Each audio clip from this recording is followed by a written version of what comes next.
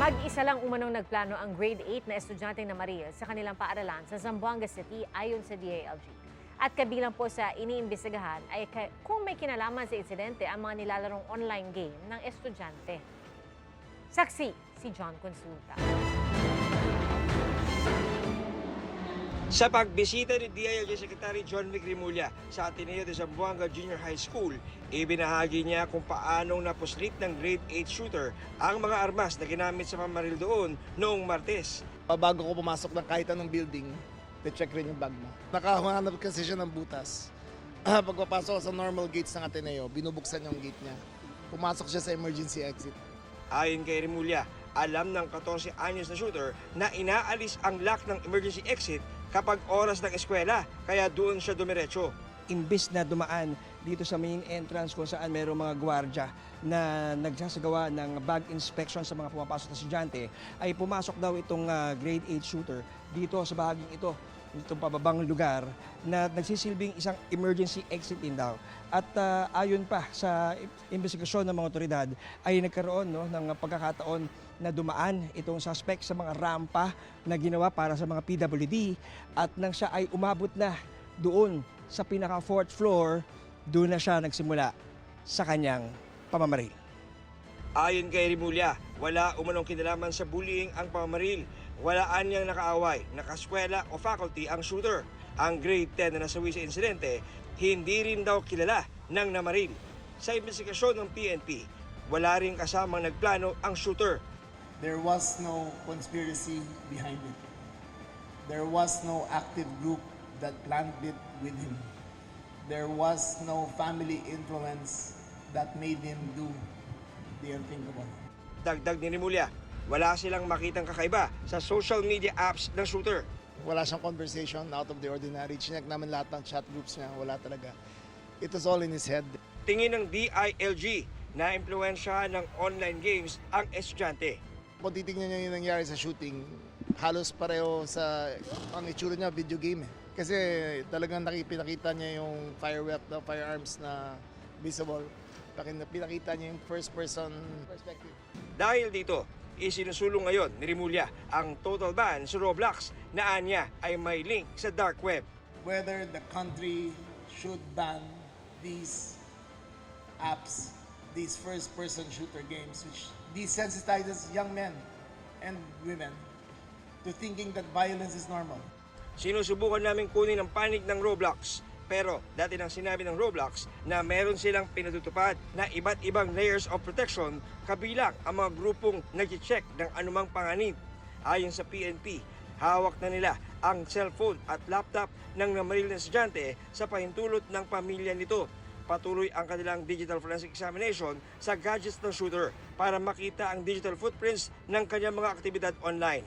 Indication po yan na Pero sa pagdinig ng Senado kanina, sinabi ng Cybercrime Investigation and Coordinating Center na hinihintay pa nila ang cyber warrant mula sa korte para mas mabusisi at makakalap pa ng digital evidence sa gadgets ng shooter. Nila, karaniwang inaabot ng 2 buwan ang paglabas ng cyber warrant ng korte. Kabilang din sa tinalakay sa Senado ang detalye ng pamamaril. Ang shooter naabutan pa umanong buhay ng mga responding pulis. they are shouting that to drop the gun. Pero yung CICL, victim shooter natin, ay umakyat po ng 5th floor at doon po niya binaril yung sarili niya. So na-witnessan po ng mga police responder natin yan. Sa ngayon, may 2 estudyante pang nasa ospital dahil sa insidente. Isa pong nadaplisan ng bala, female po siya, 15 years old. At nasa hospital po siya ngayon. Stable naman po ang kanyang kondisyon. At yung isa po ay nahimatay lang po na bata. Kinwestiyon ni Committee Chair Risa Ontiveros sa CICC, bakit tumagal ng 14 na minuto bago na take down ang live stream ng pamamaril? We had visibility around mga 5 minutes. Tapos nireport na ho kagad natin to sa mga platforms para i-take down ho. Pero again, maybe Hindi ba pwedeng kayo na mismo mag-take down? that's the problem, Madam Chair. First is the jurisdiction. We don't have jurisdiction over these platforms. Puna naman ni Senator Erwin Tulfo, bigo ang paaralan sa nangyari. dahil naipasok umano kasi ng estudyante ang mga baril dahil nakasasakyan itong pumasok at di dumaan sa security inspection. The reason why I said failed because yung sa school given na po yung sa security may lapses po sila.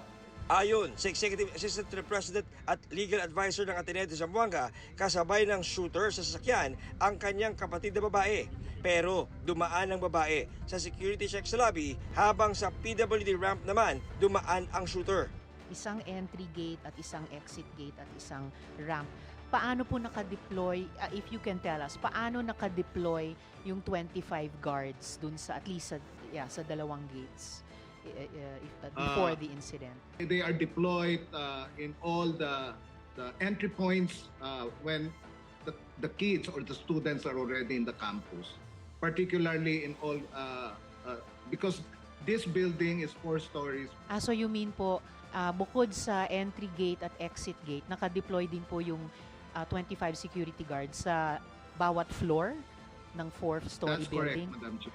Kabilang din sa binigyan diin ni Ontiveros na dapat matutukan ng law enforcement agencies ang paglaban sa NVE o Nihilistic Violent Extremism Online. Sa datos ng PNP Cybercrime Group, simula October 2025 hanggang sa kasalukuyan, 74 na kaso ng extremism online na ang nahawakan nila.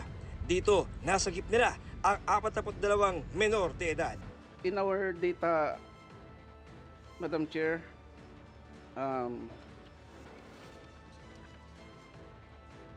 below doon sa out of the 74 or I mean 42 rescued, ang 15 years and below ay 30. So mas marami talaga yung between the bracket of 12 to 15. Ako si John Consulta, ang inyong saksi.